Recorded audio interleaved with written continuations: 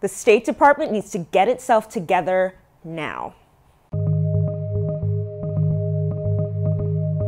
Many have questioned whether the Trump administration could handle an international crisis. Well, guess what? Global crises are already happening, and the State Department doesn't have enough diplomats to handle them. Let's do a quick trip around the world. Russian President Vladimir Putin just ordered U.S. diplomatic missions to slash 755 staffers from their ranks. That's the largest forced reduction of U.S. embassy staff in 100 years. In Latin America, Venezuela has gone from bad to worse with a sham election, violent protests, and widespread hunger. Pakistan just kicked out its prime minister. He was considered a U.S. ally.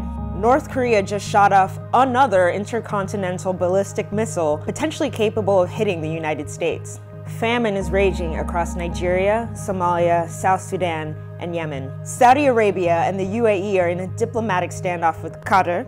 All three of those countries are U.S. allies. Meanwhile, back in Moscow, Putin is preparing to dispatch up to 100,000 troops to a massive military exercise on the edge of NATO territory. That would be the largest gathering of Russian military power since the fall of the Soviet Union. And the response from the State Department? The Trump administration finally announced its nominee for the Russian ambassadorship on July 18th. But it still doesn't have envoys to the European Union or Syria, Venezuela, Qatar, Saudi Arabia, Turkey, India, France, Germany, and South Korea.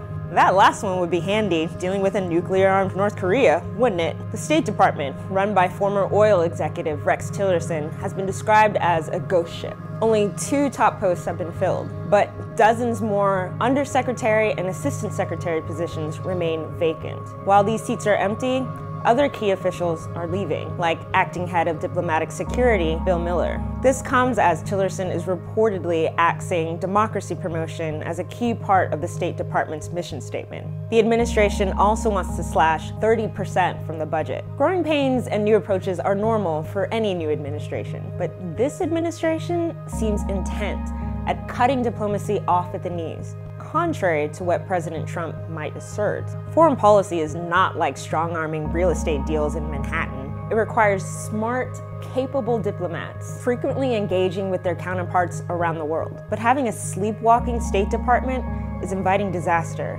If we want to continue to be a global leader, the United States needs to get its act together, like yesterday.